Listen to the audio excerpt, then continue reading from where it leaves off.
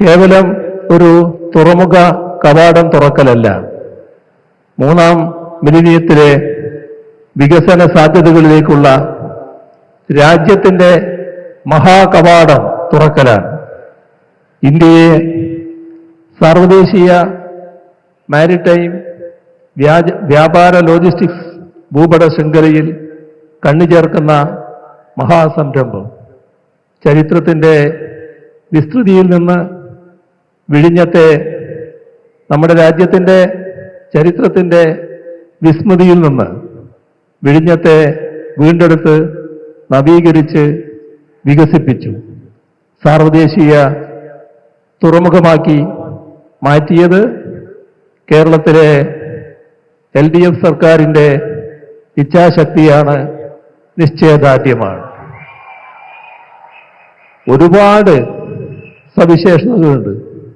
ആദ്യമായാണ് ഇന്ത്യയിൽ ഒരു സംസ്ഥാനത്തിൻ്റെ മുൻകൈയിൽ ഒരു ബൃഹത് തുറമുഖ നിർമ്മാണം നടക്കുന്നത്. ചെലവിൻ്റെ ഏറിയ ഭാഗവും കേരളമാണ് വഹിക്കുന്നത്.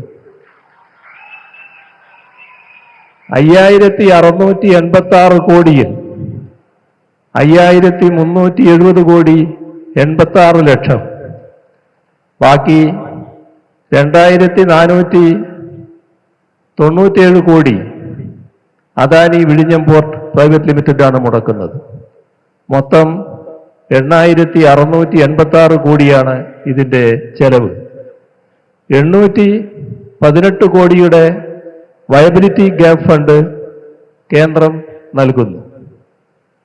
ഈ തുറമുഖത്തോടെ $220 ദശലക്ഷം പ്രതിവർഷ രാഷ്ട്ര നഷ്ടം നികന്നു തുടങ്ങുകയായി.